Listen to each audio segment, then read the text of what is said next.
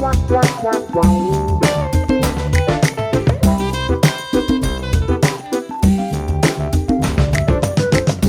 I'm Tom. And I'm John. And we're the co-founders of Handsome Frank Illustration Agency. In this series, we'll be sitting down and talking to our illustrators, finding out more about them, their artistic process, and the creative industry we work in. Welcome to our podcast.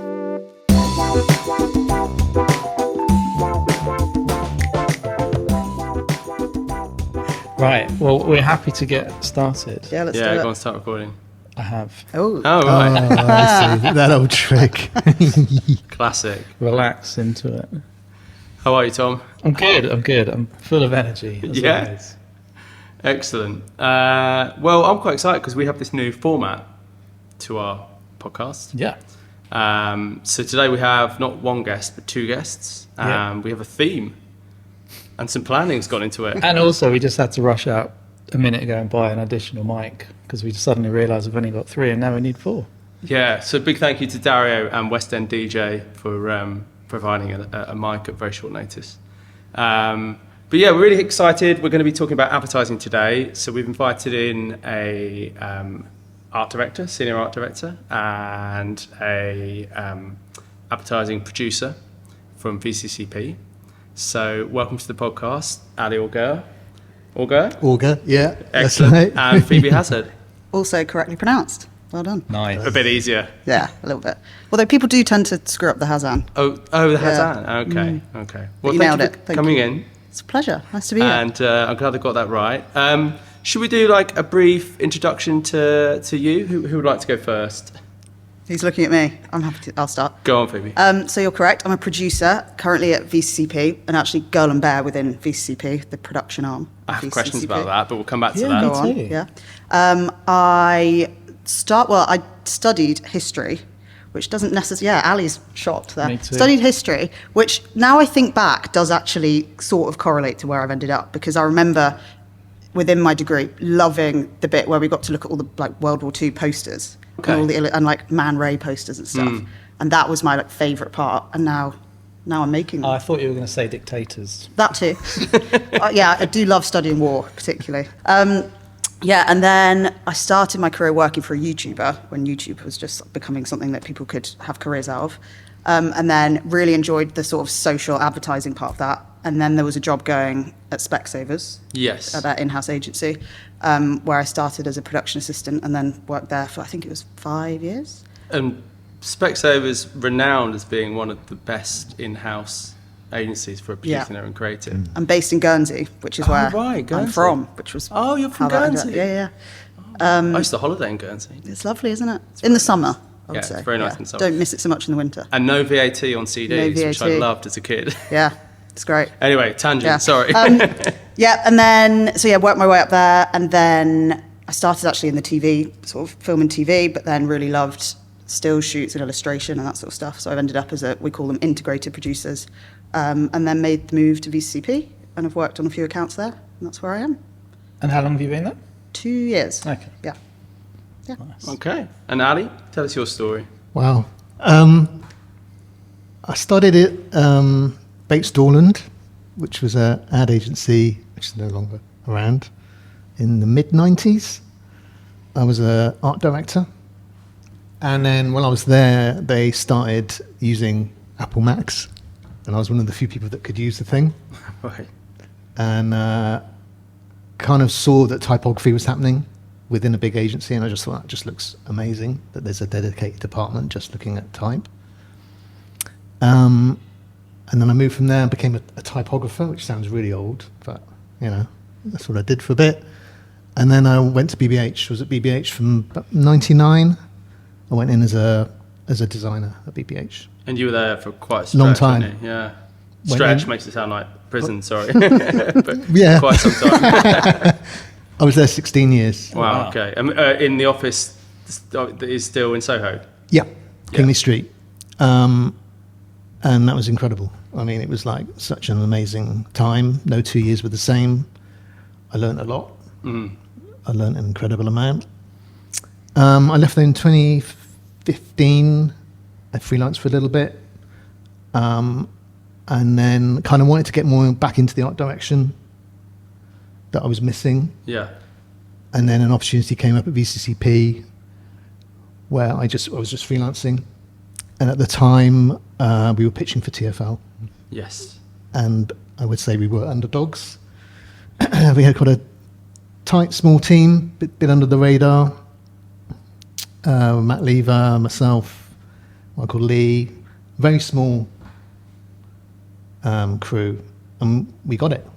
And I was like, wow, that's like Yeah, That's that's a great great. client, yeah. that's a client I want to work on. I love illustration, and obviously all the design and the heritage of it. So I stuck around. And it was a really good 10 years. I'm not there anymore. I left in the summer. So right now I'm doing lots of other projects. I'm busy. Yeah. So It's you're good. but you've not freelanced for a decade. No, Wow. So how's that been it's to good. go back to? It's really, really good. It's amazing, like just catching up with people that I haven't seen. Yeah. Like when you're in an agency life, you can just be head down. And I've literally got this kind of list of people that I've missed, haven't seen, and I'm just meeting them, and it's just amazing. That's really nice. It's really, really, Yeah. really You good. do make really, really good lifelong friends Yeah. working at those kind of agencies. Absolutely. I mean, yeah, it's incredible. Yeah. I've been very lucky to work at two really incredible agencies. Is that still the same with everyone working from home, do you think? Or Yeah, I mean, we have an enforced 3-day in the office policy, which I love. And I think I prefer the days when I'm in than when I'm at home. I think, yeah, a lot of the enjoyment I get from my job is going and chatting to people in person. So Yeah, it's nice. just not the same from home for us, but it works. Yeah, we're loving having a space and being together under one roof. So as I mentioned at the start, the format's slightly different for this one. We basically asked our followers, so we put kind of messages on Instagram and LinkedIn and X, and we had a really good response actually. People have a lot of questions about advertising. So we're kind of going to use those as a structure and work through those questions. And I think some of them naturally will be more for you, Phoebe, and some more for you, Ali. But obviously, feel free to kind of chip in. But yeah, we're going to go with that and work through these questions and then probably go off on a tangent. So let's see. Sounds good. I guess, yeah, first question probably more for you, Phoebe. There's a lot of questions around timings and turnarounds on advertising jobs. Yeah. And questions around why advertising jobs are quite often quite rushed when there's not much time. Yeah. Can you tell us a bit about that? Well, okay.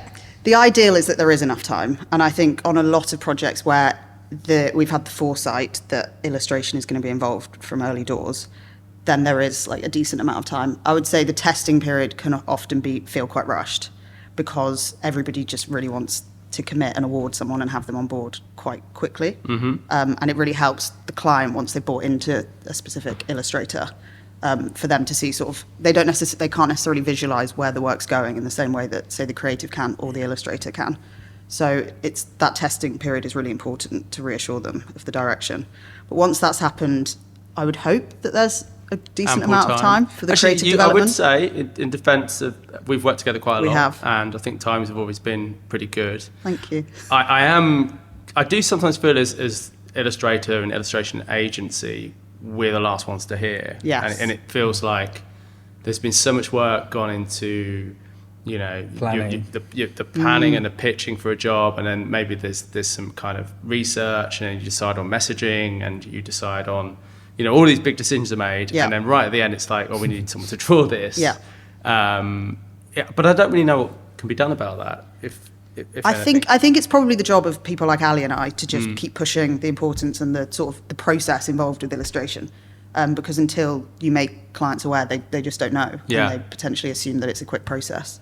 And we know that it isn't, or that if it is quick, then it can often be rushed and you don't get out the best work necessarily. Because it tends to be the case that by the time we get an email or a call, media space is already booked. So then it's like, well, there's a very definite deadline here. Yeah. and when illustration is picked, is that most of the time the agency going, we think illustration's right here, or is that clients also saying we would like to use illustration? Go on, Alan. It would be the creative idea, be us pushing for illustration. Yeah. It's rare that the client would ask for illustration, Okay. unfortunately. Yeah. I suspect that might Yeah. be the case. Yeah. And is it hard to sell it in? Depends depends on the client, but it can be. Yeah, absolutely. It's harder to sell in than photography, for sure.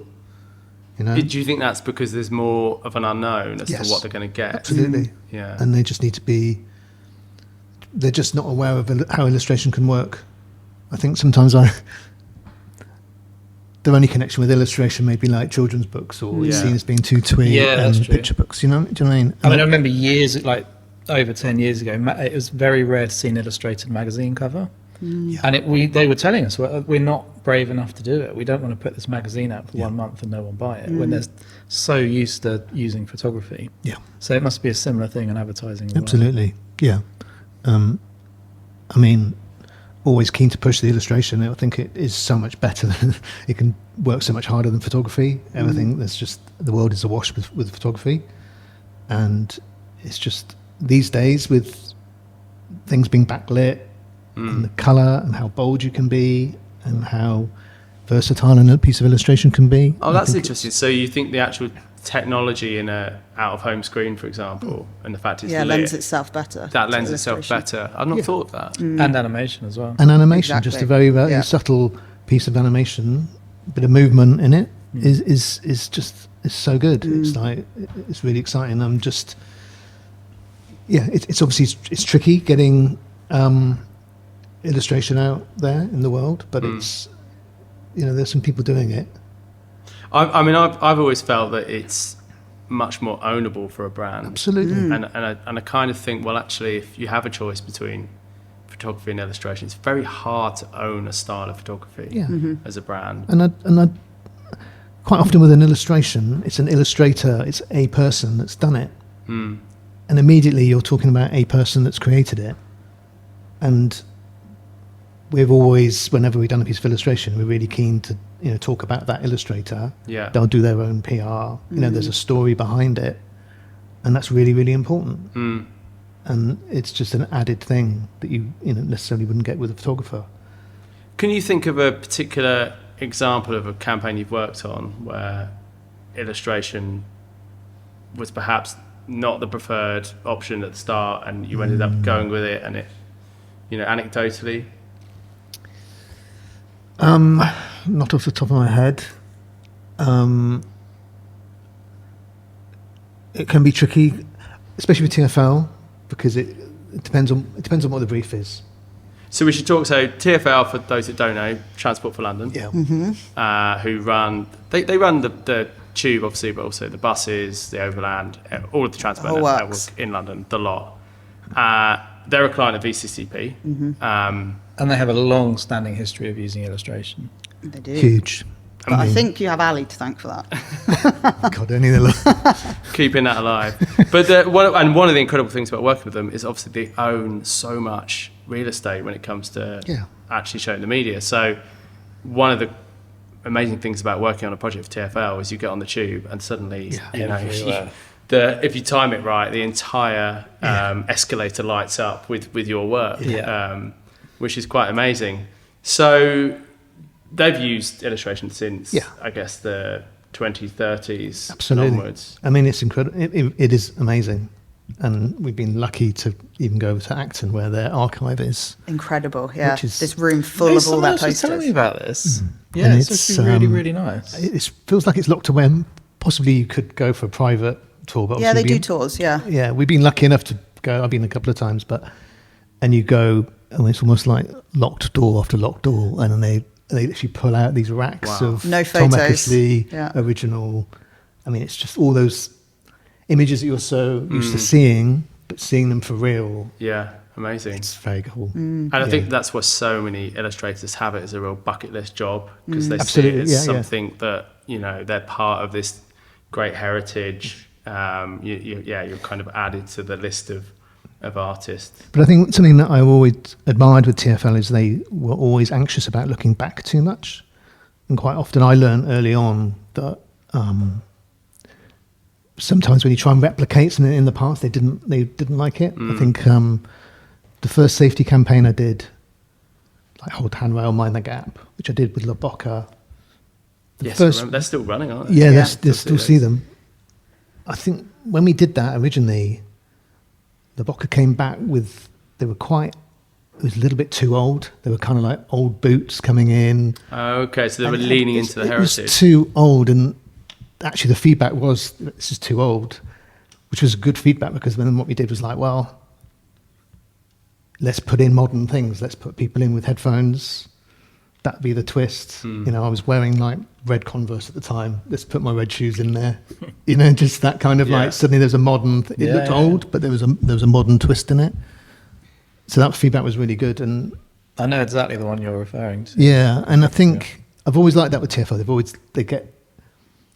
They always want to move forward. Yeah. And you could easily keep looking back, but they don't do that. And they're always keen to push forward. That's really interesting. And just going right back to when you started talking about winning that client, there's a lot of curiosity, I think, around the pitching process. Yeah. And how that works. Yeah. So when you're at an ad agency on a creative team and you're asked to pitch, or how does that work? You're invited to pitch? Do you have to put yourselves forward? They have a request for information, so there's a lot of kind of, lot of sort of strategy and plan. Lots of things happen before they actually decide that they're going to give you, have a go at. Have a go at it? Yeah. Yeah. There's And a lot of stuff generally, goes on. agencies they pitch for a couple of things each year, right? Absolutely, yeah. I mean, they're really healthy. I mean, VCCP is very well known for pitching. And it does a very, very Yeah. good job of pitching. And pitches are lots of work, late nights, Yeah. changing minds all the time. Absolutely. Yeah. Yeah. It's intense.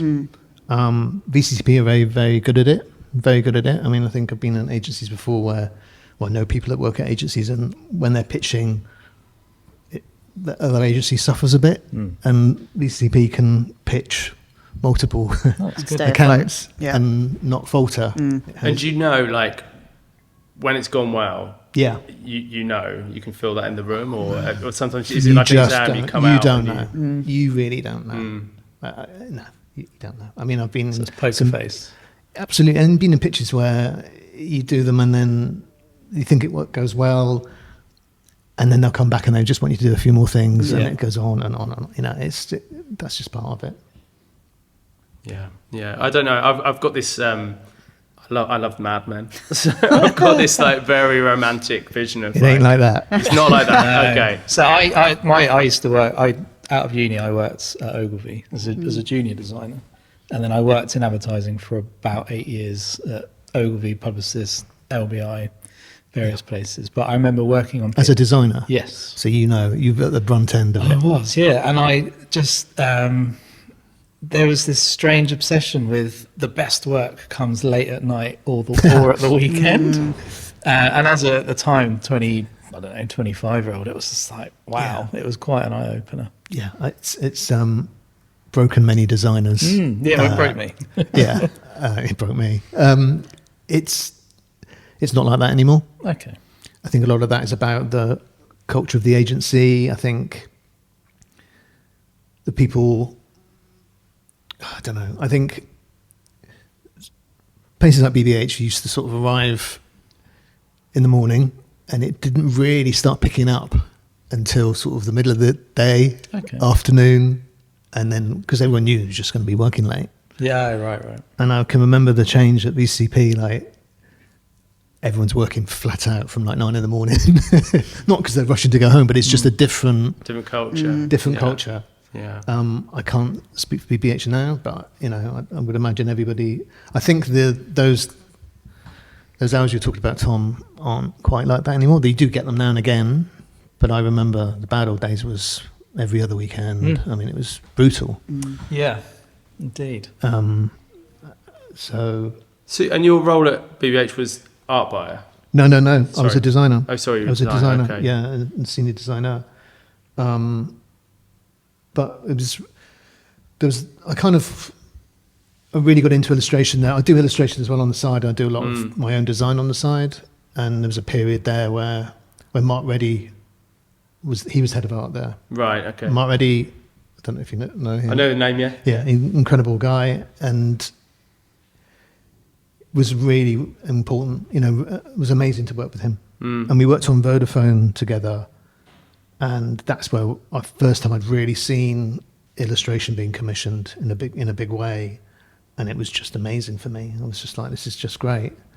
And I think you don't often get to do illustration in Adland, but when those briefs come in, creatives, art directors, they all swarm to it, and they love it, and they nurture it, and it's a really special thing. What we get to work on is these kind of brand toolkits, which are really, really nice, because you're handing over at the end of it like this lovely box of assets to work with, which as a designer you can really kind of go to town with them and use them in all sorts of different medium.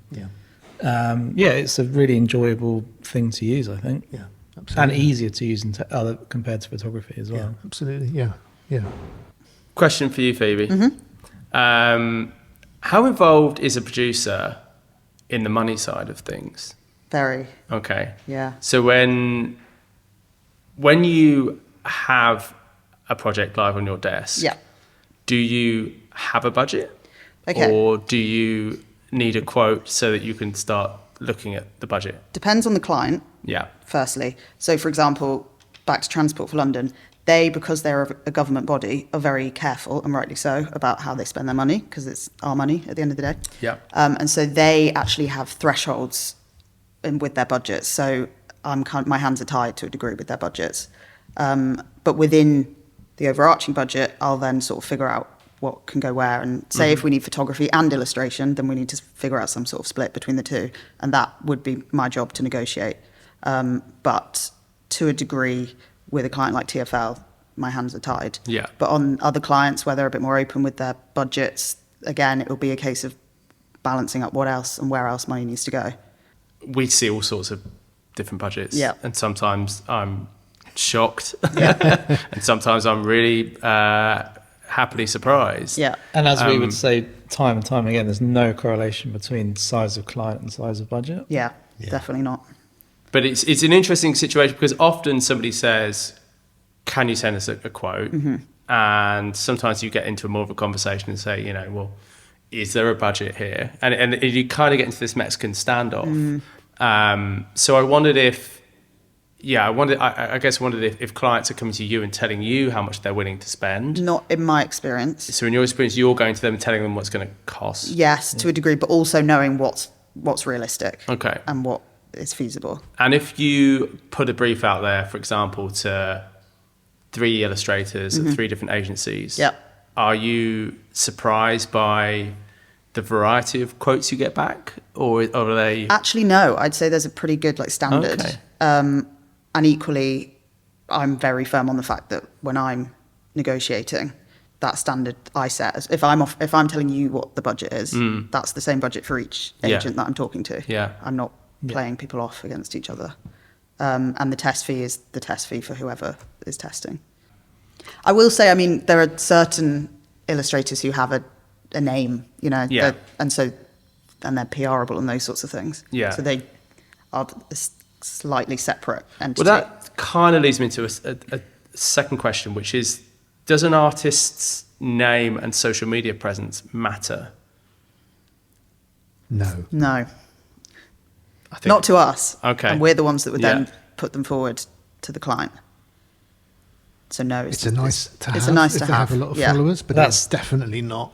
We did a bit of research on this recently to sort of see the correlation between social media following and how many jobs the artist gets. Wow. And that was kind of the summary. It didn't matter, but there are scenarios where it does help. Yeah. Because there are certain clients that are trying to leverage that social following. But then on the other hand, some clients want something really original to them. And so an illustrator that's worked on big recognisable accounts is potentially less desirable. There's most jobs we do, they're not adding the person's name. Yeah. It's not that collaboration. Yeah. That's interesting though. It's a nice to have, Yeah. definitely, but it does not dictate whether someone gets the job or not. Well, I think the world of web ECC PR and above the line advertising is still operating, thankfully, in the realms of actually, you're not really asking for anything more from an artist other than the creative. Yeah. I think where we see these requests is when a project comes to us with more of a a PR angle or a social media Yeah, campaign, and then it's very much like, well, how can we utilize this person? And actually, I've changed my mind on this a little bit, because I was always of the opinion of, well, you should just book the artist you think is best for the job, regardless of the followers. Absolutely. And I stand by that. But with the kind of increasing prevalence of AI and everything else, I do think it is interesting and important to let the audience know that the work does come from a person, and that there's an element of craft behind it. And yeah, that is one way around that predicament, is to talk about who the artist is and show who they are. Should we talk about AI? Just anyone? How are you guys, before we get into it too much, how are you seeing it being used in your agencies right now? So in my experience, it's really helpful for selling in ideas to clients, because it, as I was talking about it earlier, but sometimes as a creative, it's easy to visualize where something's going, but asking a client to understand that is trickier. So AI is great to just But be like... to take a step back, it would have usually been sketched out like a scamp. Yeah, So you'd have been so selling it's, in a scamp. it's essentially a more developed scamp. Yeah. And we have to caveat the hell out of that when we're presenting it to clients. But it can be really helpful in that way. And not sort of knocking clients, but clients, well, humans in general, they struggle to see what they can't see. Exactly. So you've got to really kind of explain to them what they're going to get. Yeah. I mean, look, it helps me as well. It helps if a creative's trying to explain to me how a production might work. Have you found any downsides with that process? Sometimes you end up selling something in that you're then trying to undo, Yeah. essentially. You can't have that. Yeah. Because absolutely. we've had the scenario where the concept has been AI'd. The client has brought that in, and then we're effectively recreating it. Yes. Yeah. And then the client turns around and goes, "Oh, actually, I Preferred it how I it want was. that one." Yeah. Which is why we caveat the hell out of it. We carry on. Yeah. Yeah. But for me, I mean, when it actually comes to producing things, AI becomes less involved.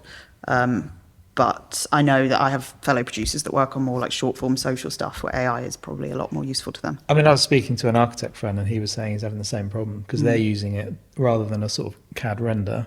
They're using AI to show what they're going to get, and then obviously it just looks different. You know, the lighting, things like that. So yeah, it's a tricky one. Yeah. So far, it's useful. Yeah. But can't. I mean, say there's where that lots will of end up. stuff that goes on before you guys get the brief, and there's lots of selling in and explaining. That's just internally into clients, and AI is used a lot there in building these concepts and getting buy-in.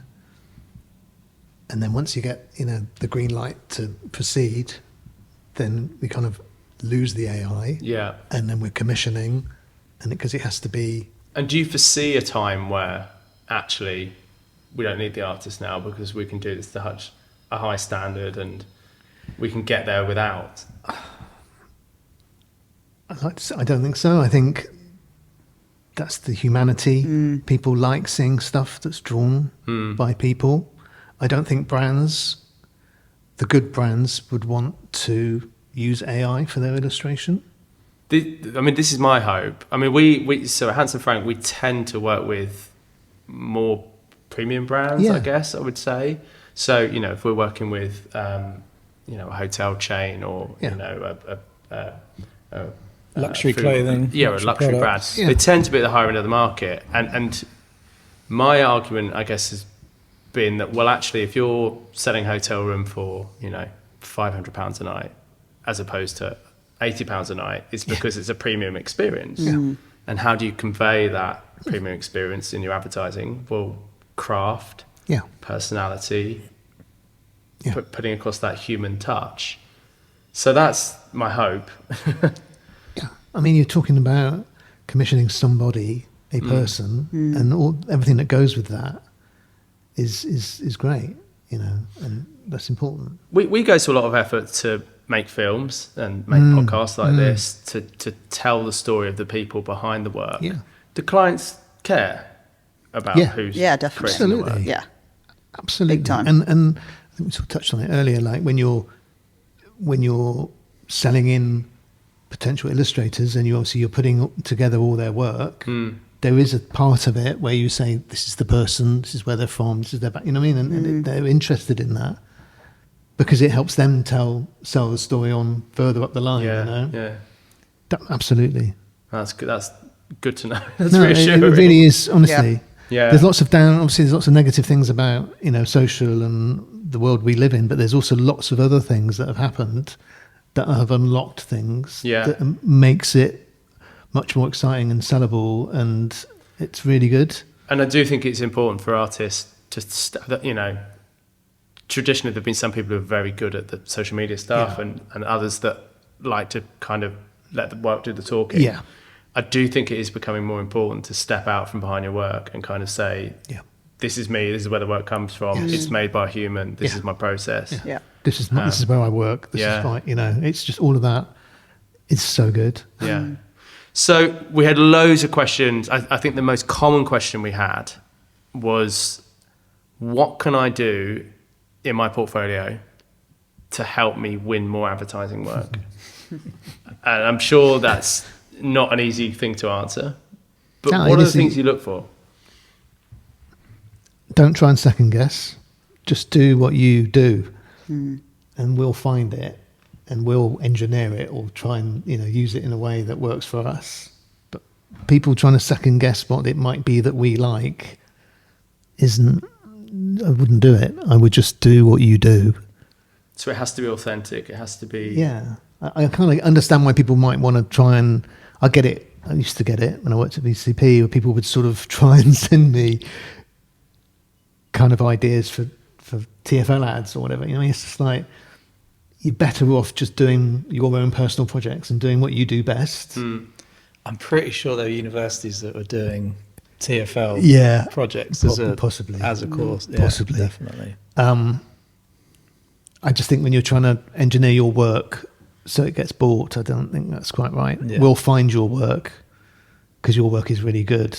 There's definitely some illustration that you see and you can just imagine all sorts of logos on it. I call it the logo test. You know, you can see it working for this brand or that brand. The thing that I say time and time again to illustrators is leave space for a logo or a headline. Yeah. Because it just straight away you can just picture smart. it as an ad. Yeah. But then that's also the joy of illustration, is the fact that it can be taken apart and, you know, moved around in a way that photography can't. Yeah, that's true. And but absolutely, it's an advert, so there's going to be some words on it. There's going to be a logo, or two, or three sometimes. So that's because we've debated a lot over the years about how we present work on our site and whether to show work in context. So should we show illustration with the ad and the brand and the logo and the copy, or should we just strip it back and just show an image? And I don't think we've ever really settled on this answer, have we, Tom? I think there's some work you do just looks better when it's mocked up, and other times it looks better and is stronger with just the illustration. I would just do illustration. Yeah. Yeah. Because we come along and we generally mess it up. Yeah. You know, it's the fly in the ointment, isn't it? Our general rule when we're making the profile pages on our site is that it's just the illustrations. And then on the blog we show all the work in projects. context, yeah. And the only difference with that is when you photograph it in situ on a bus shelter, wherever it is, then that's a good way of doing it. Yeah, although we've just done this, and I'm not going to mention who, but we've just done a nice campaign in a European country, and it's on these absolutely enormous billboards, and they have sent us the worst photographs. Oh, and you can't go. It's kind of out there then. The billboard covers about 25% of the photograph, and the motorway is about 75% of the photograph. I'm sure AI can help with that. I don't know, it's disable. It looks like it was taken on like an iPhone 4 or something, doesn't it? Like, and they were so proud to send us these photographs, and we're like, thank you. Yeah. Well, we do sometimes get that. I sometimes send Ali and other creatives photos that I've taken of stuff out in the wild, and it's just like scrumpled in the back of some sort of like DR on the tube, and you're just God, that is months and months of work. I've got a collection of bad ones. Bad ones, because I kind of like them. Yeah, okay. My favourite was the COVID mask we did. We obviously did a whole campaign in lockdown. They were kind of quite bright colours. and it became quite well known. It was just this sort of vector graphic of a guy with a mask. But the station staff decided to actually stick COVID masks on the poster. Right, and, okay, yeah. and I've seen all sorts. They tape them up, and All the 48 sheets when they're not aligned properly. The registration marks Yeah. are all over the place. I think the big one for me is, and it's happened a couple of times, when I've seen our work as litter. oh yeah, And it's like, worked on something, really, so much love and craft and Yeah. time went into it. That was that Metro newspaper cover. And I've everywhere. walked past, we've done work with certain beer brands or, fast food chains, and you've just seen rubbish in the street. Yeah. And it's been like, oh, that's something we worked on. It's such an odd feeling. Yeah. I don't know. I quite like it. If you've got a collection of photos. I've got a lot of stuff. Good. I've got more to send you then. Oh, dear. Lots of questions about how best to contact you. I mean, you don't have to tell us how to contact you specifically. Give out our but phone number. And we're not going to 07. we're not going to put your details out there. But one question I quite like says, do art directors use LinkedIn? But yeah, like how are you, and you as well, Phoebe, where are you looking? How do you bookmark things? If you see something you like, where are you keeping that information? Question to both of you. After you. I go to the agents. Yeah. It's And good you to- guys do emails monthly, is it? Yeah. Well, going to be weekly. Weekly. We're up Which to we them do there. read, and I'll look through them That's all, and I'll see good. the new Yeah. work, and That's good feedback. Yeah, That's I good gather to them know. all in a folder. The majority of my go-tos are the agents, absolutely, because you guys have done the groundwork and curated, and Yeah. I know that what we're going to get is going to be good. So does it matter to you if an artist has an agent? It doesn't matter. We've done it a couple of times. Yeah.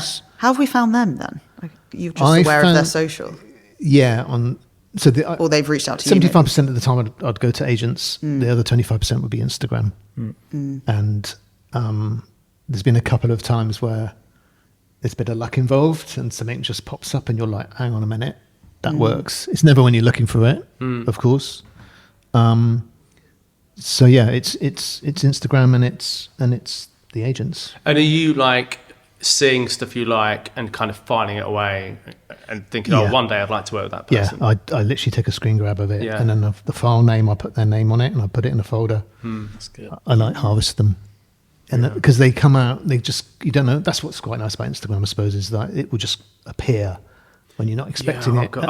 at weird times of the day when you're really not thinking about work, and you're like, wow, that's it, and you just grab it, and then I store them away.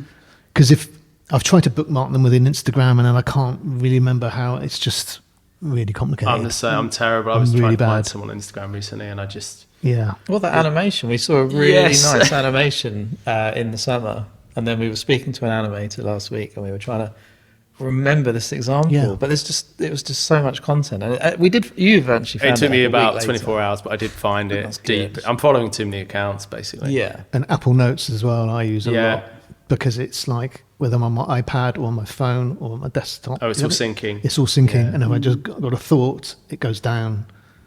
Yeah. Yeah. And how about you, Phoebe? Similar, and what actually a thought that came to my mind is I would say this to reassure, because I know the testing process can be a bit deflating if you don't get awarded. Yeah. But we reuse people that we test with constantly. Once you've seen their work, and Yeah. even if they haven't won that specific Okay, so you're brief, then in the... they're like straight in the back into mix. our mind. I mean, there's people we tested with for a campaign last year who have tested this year because they didn't win last year. So they will, Okay.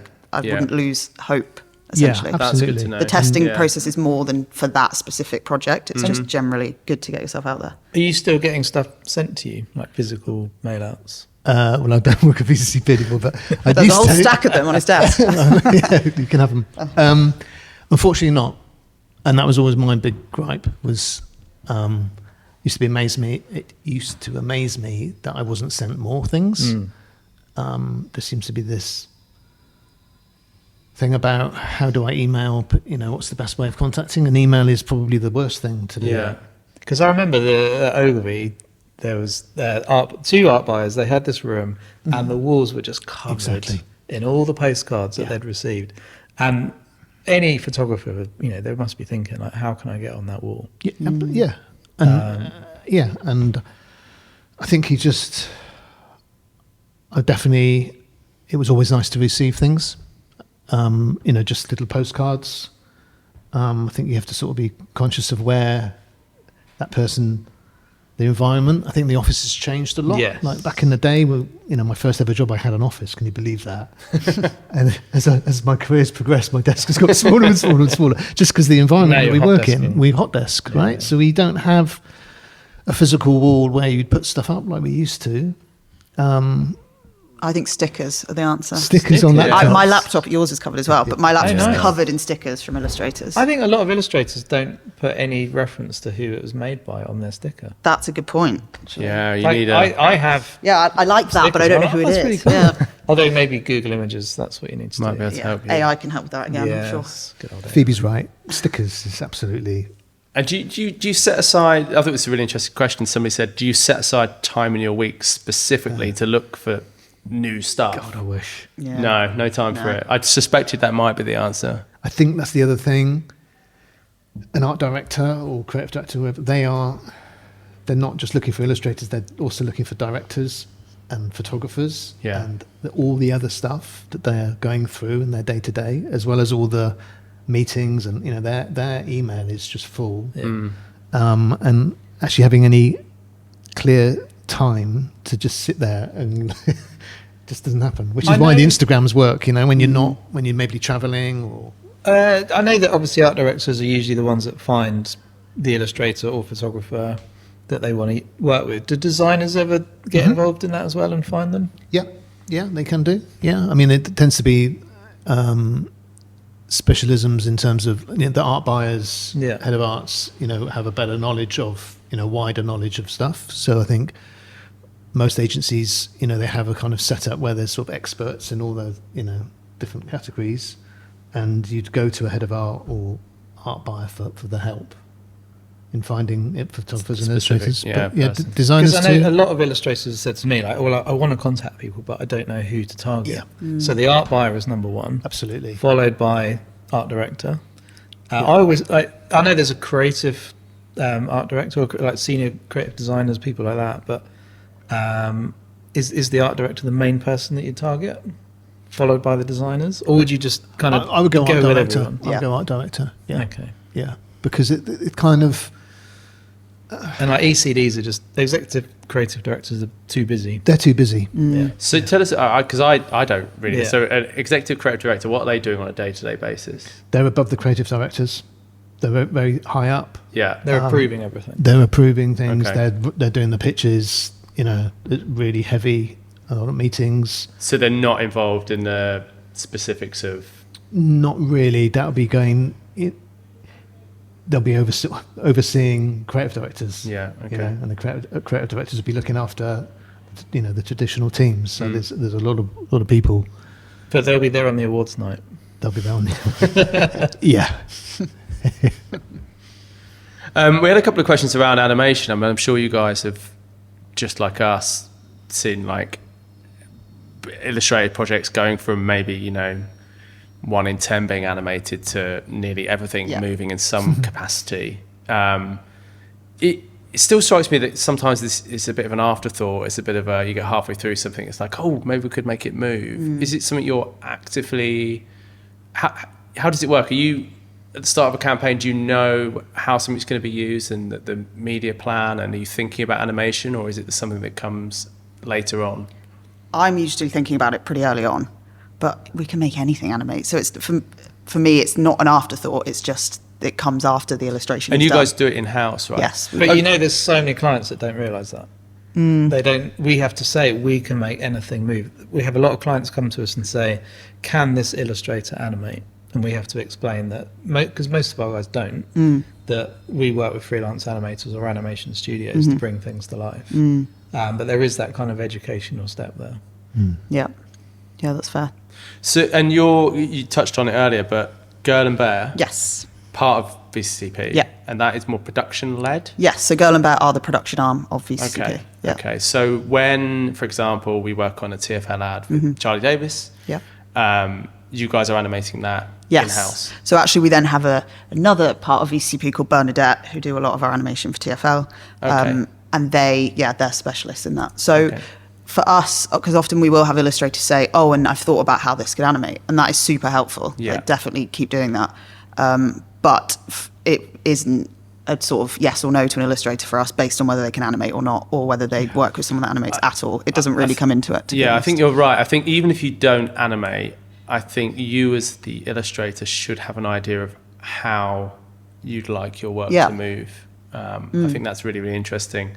So, and it's almost like the role of like a director almost. You can say, well, this is how I saw it happening, and I think that's really helpful. And I know some of the artists we work with are so clear on it, they'll only work with certain animators. Yeah. And they're just like, actually, this is someone that understands me. Yeah. They know how my work should move. I trust them. I don't really want to work with anyone else. Yeah. But I guess it's come about as the media landscape's changed and access to the various media formats. Like, how do you know where something's going to end up at the start of a project? Roughly, yeah. You'll know that it's, I mean, most things are now social and online, but back to TFL, most of that is print. Yeah. With some additional animation that happens in 6 sheets and that sort of stuff. But typically you've got a rough idea that it's going to be a mixture of more traditional print and then some online digital stuff.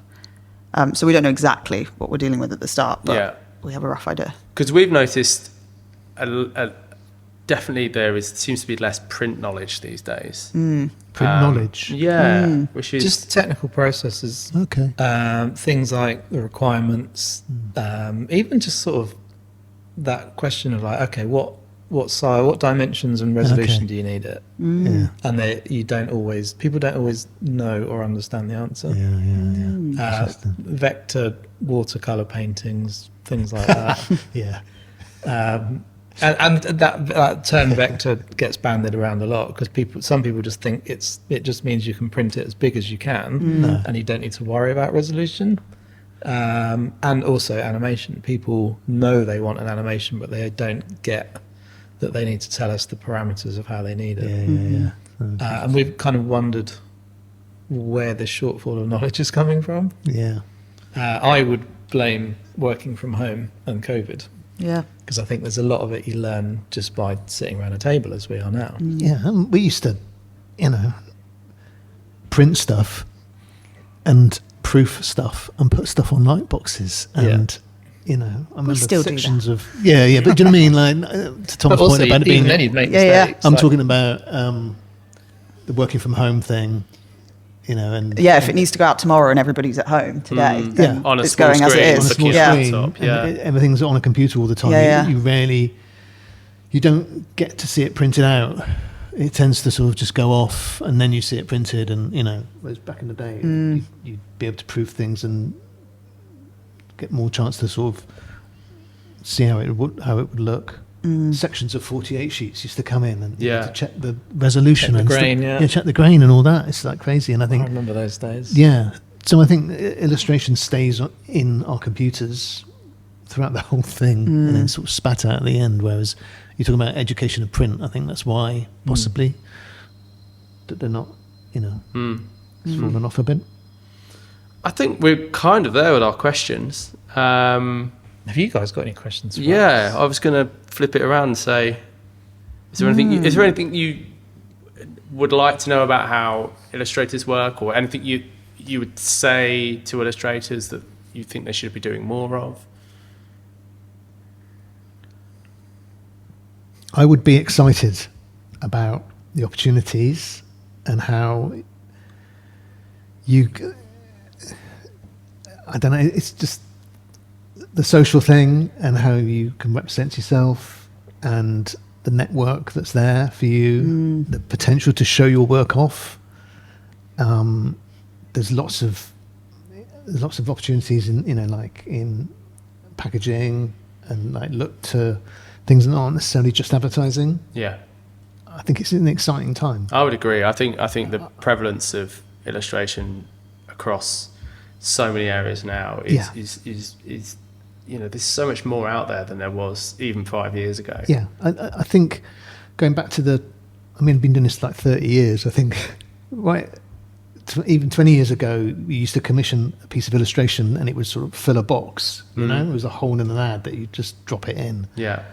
And I think now the shapes, you know, how you can change it, all the different formats, the packaging, you know, I think it's much more interesting. There's so many things that you can do. It's an exciting time. I mean, obviously, there seems to be a lot of people doing it, but I think it's good. Yeah. Yeah. Phoebe? Well, I would say we've touched on it already, but it really does make a difference. Someone's personality coming through as a side to their work, even if it's just at the end of the PDF they've sent with their work, it just says, I'm really into this project because blah, blah, blah, because I played tennis with my brother when I was 10. Like that sort of stuff just gives it heart that I take to Ali, who then we take to the ECD, who then takes to the client. It's That's just really those little good nuggets. advice. It's just like... That is good advice. And you might think that comment that they've made ends with me, but it doesn't, because I pass it on, he passes it on, he passes it on. And that just little things like that really make all the difference. Yeah. I always say to illustrators, you know, like the work is obviously really, really important and it's what's going to kind of get you in front of somebody. But actually, the little touches, the kind of ability to just be good to work with, be easy to work with, to be professional, to make sure you're hitting deadlines, like you say, little personal touches in emails. I think that's really, really important. Because that's the other thing. When we do enjoy working with you guys, and because of that, you come to mind when we think of your illustrators, we just think positively. And so even just, I mean, pick a good agent. That's a good bit of advice. But just that social interaction does I think positivity can play a lot. I think there's a lot. You got to remember that illustrators are quite often just sat in their room on their own, really, all the time. Yeah. And then when you're meeting clients, whether it's on Zoom or whatever, just remember to be positive. And be enthusiastic. And I think there's a bit of a trend with, I sound really old now, the younger generation, where it's like it's not cool to show that enthusiasm and positivity. Oh my God. Yeah. But it really, really helps. It really helps. And also when an agency is at a point, an advertising agency is at a point where they're ready to brief the illustrator, everyone's really excited. Yeah, that's the best bit. We love that Yeah. bit. Like we've been through, say, a year of selling that in. Because we've been through a lot of pain to get to that point. Yeah. So and this is the peak. This is the best And bit. it's happening, and we really enjoy it. And sometimes I wouldn't want illustrators to see the pain that goes through, but we try and sort of ring fence and keep that from them. My sort of lasting memory of the advertising world is it's a high energy, positive environment. It seems to harbour those kind of personalities, which is great. That kind of generates that work.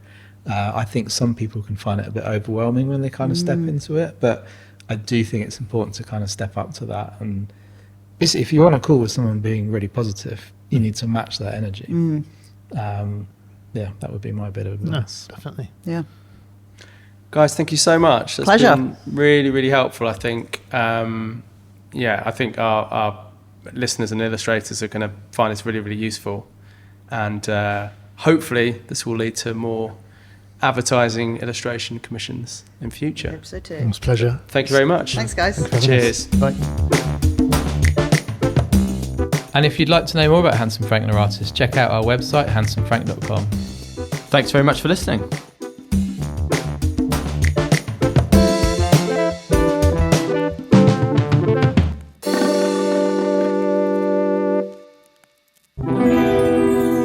Handsome Frank.